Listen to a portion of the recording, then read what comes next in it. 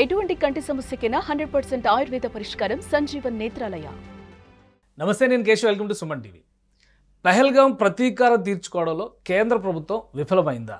ఆ దారుణ మారణకాండకి సమాధానం చెప్తూ ఆపరేషన్ సింధూర్ పేరుతో భారత సైన్యం విరుచుకుపడిందని ఇంతకాలం అనుకున్నారు. కానీ ప్రభుత్వం అన్ని రకాలుగా ఫెయిల్ అయిందని విపక్షం అంటుంది. పార్లమెంట్లో దీనిపైన పెద్ద చర్చే జరిగింది. అసలు కాశ్మీర్ గ్రౌండ్ రియాలిటీ ఏంటి? ఈ జరిగినటువంటి మారణకాండలకు ప్రతీకారం చెప్పడంలో భారత ప్రభుత్వం సఫలమైందా, విఫలమైందా? దీని గురించి మనం ఎనాలిసిస్ చూద్దాం.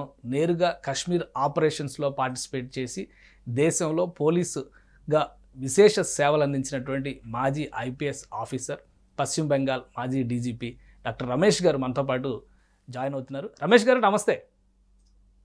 నమస్తే రమేష్ గారు, ఆపరేషన్ సింధూర్ గురించి, పహల్గాం ఇన్సిడెంట్ గురించి భారత పార్లమెంట్లో చర్చ జరిగింది.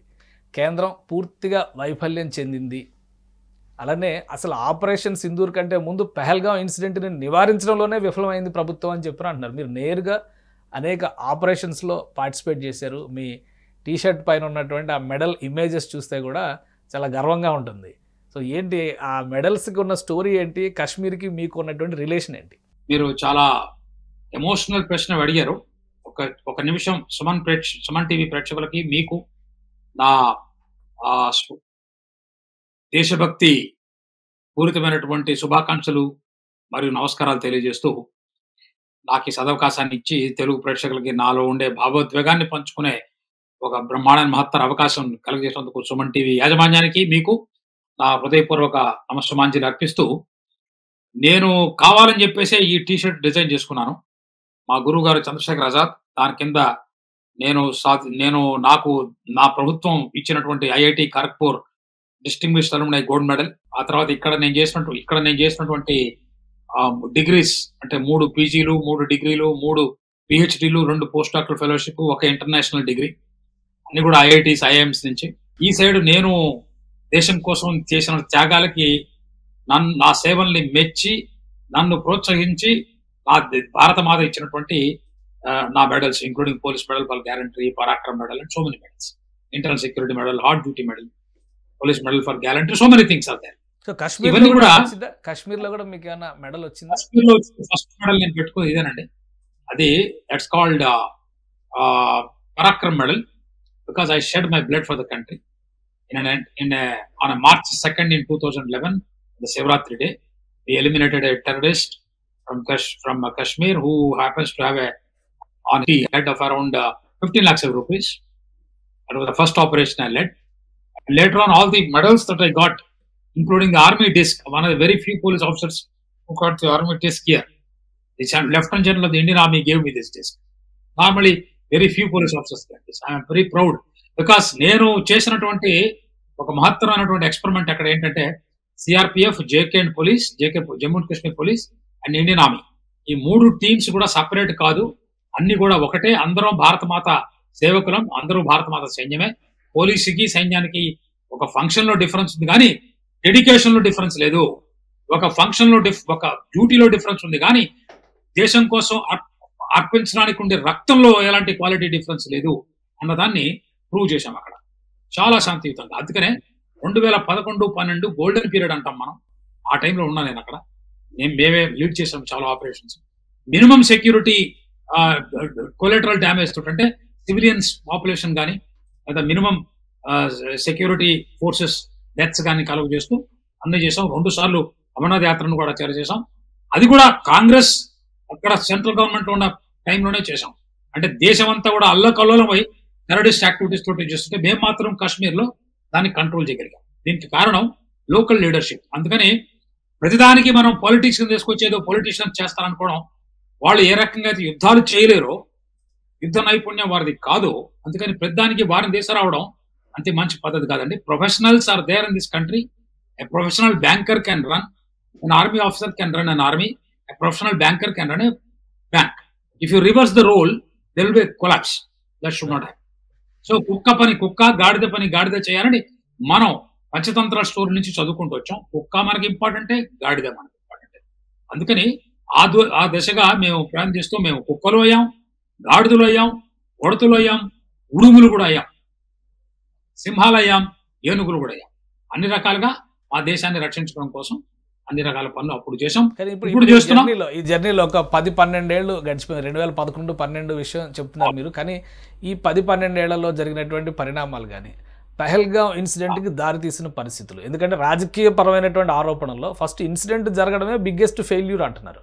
అక్కడ ఎవరి వైఫల్యం ఉంది? ఇలాంటి ఇన్సిడెంట్స్ నివారించేటువంటి వ్యవస్థలు, యంత్రాంగం లేవా? ఇంత రక్త తర్పణం చేస్తున్నా కానీ సైన్యం కానీ రక్షణ శాఖ వైఫల్యం ప్రభుత్వానికి కాదు, వైఫల్యం మన జాతి చేసుకున్నటువంటి ఒక రకమైనటువంటి మహా దురదృష్టకరమైనటువంటి ఒక చరిత్ర మనది.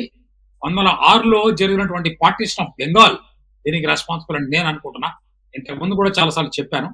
పార్టీషన్ ఆఫ్ బెంగాల్లో 2 నేషన్ థియరీ తీసుకొచ్చి అప్పుడు 2 నేషన్స్ అని పెట్టి అప్పుడున్నటువంటి బిడకలు బెంగాల్ చేసి ఆ రకంగా పార్టీషన్ డివైడ్ చేయడానికి వాళ్ళు హిట్లర్ అనే వ్యక్తి సెకండ్ వాళ్ళు శాపించుకొని ఉంటే ఇప్పటికీ మనం ఆ కలోనియల్ ఇది మగ్గుతూ ఉండేవాళ్ళం. ఎందుకంటే మన జాతి మన దౌర్బల్యం అది. ఆ రోజుల్లో ఎంతమంది మహావీరులు, మా గురువు గారు చంద్రశేఖర్ ఆజాద్ లాంటి వాళ్ళు ఎంతో ప్రాణతర్పాలు చేసినా కూడా జాతిలో సమైక్యత అప్పుడు లేదండి. కానీ 1947 తర్వాత దేశం ఏర్పడిన తర్వాత మనం అంటే ఏంటో, మన సత్తా అంటే ఏంటో మనం చూపిస్తున్నాం. ఎక్కడో 110వ ర్యాంకులో ఉన్న మనం ఈ రోజున 4వ ర్యాంకు వచ్చాం. ఇంకొక 10 సంవత్సరాల్లో మనం 2వ ర్యాంక్ వెళ్తాం. 2047లో 150 కోట్లు, అప్పటికి 150 కోట్లు అవుతారు. 150 కోట్ల మంది ప్రపంచంలో తమదైన రీతిలో తిరంగాన్ని ఎగరవేస్తారన్న దాంట్లో నాకు ఎలాంటి సందేహం లేదు. కానీ అంతర్గతంగా ఉన్నటువంటి సమస్యలు, ఒకవైపు నక్సలిజం కావచ్చు, ఇంకోవైపు వేర్పాటువాదాలు, తీవ్రవాద సమస్యలు, వీటిని పరిష్కరించడానికి కూడా ప్రభుత్వాలు చాలా స్ట్రాంగ్ గా వ్యవహరించాల్సిన అవసరం ఉంది. చరిత్రలో జరిగిన ప్రతిదాన్ని ఇప్పుడు కూడా మననం చేస్తూ కూర్చునే కంటే వాటిని సరిచేసేటువంటి బాధ్యత ప్రభుత్వాలపైన, పాలకులపైన ఉందా లేదా? పహల్గాం ఇన్సిడెంట్ తర్వాత కాశ్మీర్లో ఒక విధమైనటువంటి అభద్రతా భావం వచ్చింది, అసలు టూరిస్టులు కూడా వెళ్ళలేని పరిస్థితి వచ్చింది. ఈ విమర్శలు చేస్తున్నది కూడా మన రాజకీయ పార్టీ నాయకులు, మన వాళ్లే. సో వీటికి సమాధానం ఏంటి? వాళ్ళకి ఆ రకమైనటువంటి చేయాల్సినటువంటి బాధ్యత ఉన్నది, హక్కు కూడా ఉన్నది. ఎలాంటి తప్పు లేదు. ఎప్పుడైతే ఒక విపక్షం అంటే రాజకీయ విపక్షాలు, అపోజిషన్ పార్టీస్ ఎప్పుడైతే సైలెంట్ గా ఉంటాయో దాని అర్థం డెమోక్రసీ చచ్చిపోయిందని. ఈ డిస్కవాలి ఉండదు. ఇదే డెమోక్రసీ అంటే. అమెరికా లాంటి గొప్ప దేశం మీద కూడా 9/11 జరిగింది. 26 ఏదో రాజకీయ నాయకులు అక్కడ ఉండి చేయించారని అనడం చాలా తప్పది. ఎవరు కూడా దేశంలో ఆంతరంగిక భద్రతని చేయాలని ఏ రాజకీయం అనుకోడు, ఏ చీఫ్ మినిస్టర్ అనుకోడు, ఏ ప్రైమ్ మినిస్టర్ కూడా అనుకోడు, ఏ డీజీపీ కూడా అనుకోడు. కానీ ఇన్సిడెంట్ ఇది జరిగిందంటే దానికి కారణం నేను చెప్పాను మీకు.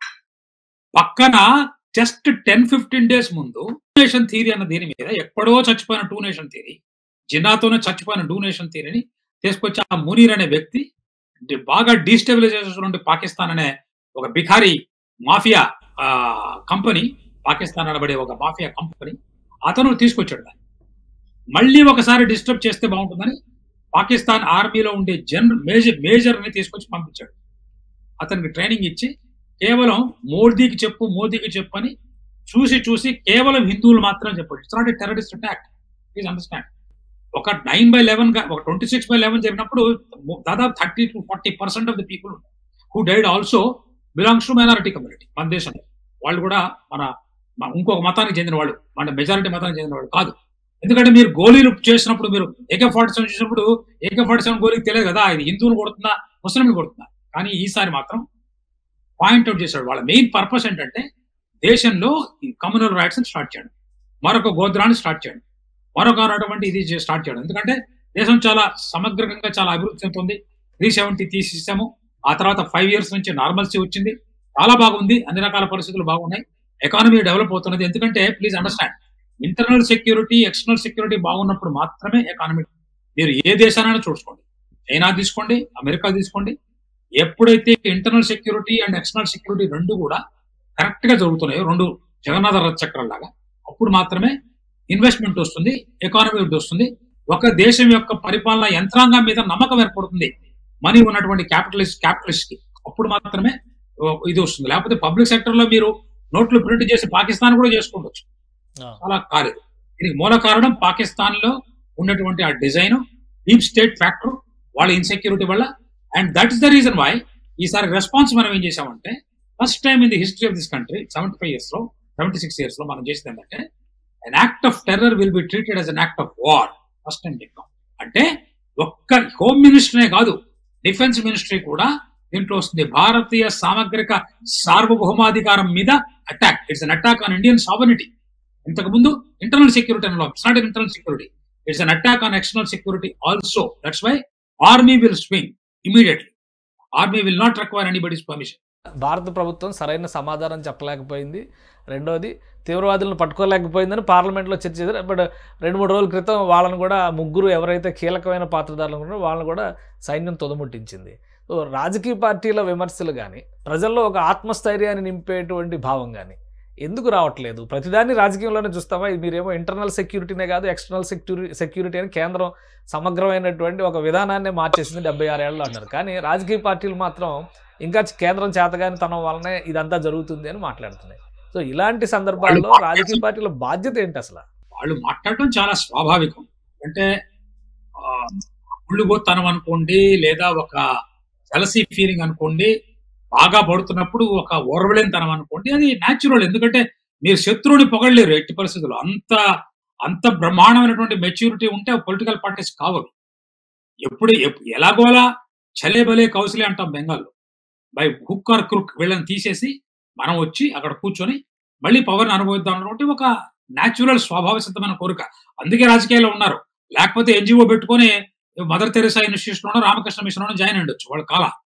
వాళ్ళు పొలిటిక్స్ పెట్టుకుంటారు, అందులో తప్పులేదు, వాళ్ళు మాట్లాడతారు. కానీ ఈ దేశంలో ఉండే ప్రజలకు మాత్రం అన్ని తెలుసండి.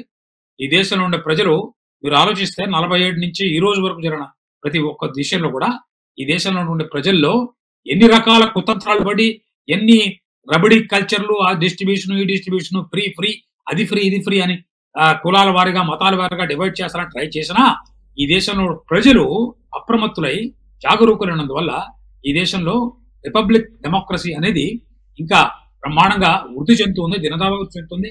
దానివల్ల ప్రజలకు మాత్రం ఈ మోసాలని తెలుసండి. ఎందుకంటే ప్రజలు ఈ దేశంలో పంజాబ్ యాజిటేషన్ చూశారు, ఈ దేశంలో నార్త్ ఈస్ట్ లో ఉండే ట్రబుల్స్ చూశారు, ఈ దేశంలో పూణే ట్రబుల్ చూశారు. ప్రతిరోజు ముంబై బ్లాస్ట్, ఆ బ్లాస్ట్, ఈ బ్లాస్ట్ ప్రతిరోజు చూశారు. ఈ రోజు ఈ దేశంలో ప్రజలు అన్నార్తులై, మనుషులు తినడానికి తిండి లేక ఆ PL 480 ప్రోగ్రామ్ లో అమెరికా వాళ్ళు పంపిస్తారు, దానికోసం కూడా వెయిట్ చేశారు. ఈ దేశంలో ప్రజలు మన దేశాన్ని దురాక్రమణ చేయడానికి అమెరికా, పాకిస్తాన్ ట్రై చేస్తుంటే రష్యా వాళ్ళు తీసుకొచ్చి ఇండో ఫ్రెంచ్ అది కూడా చూశారు. బంగ్లాదేశ్ లిబరేషన్ చూశారు, ఎమర్జెన్సీని చూశారు. ఈ దేశ ప్రజలు అల్టిమేట్ అండి. In democracy people are the ultimate sovereign, వాక్స్ పాపులీ వాక్స్ డై.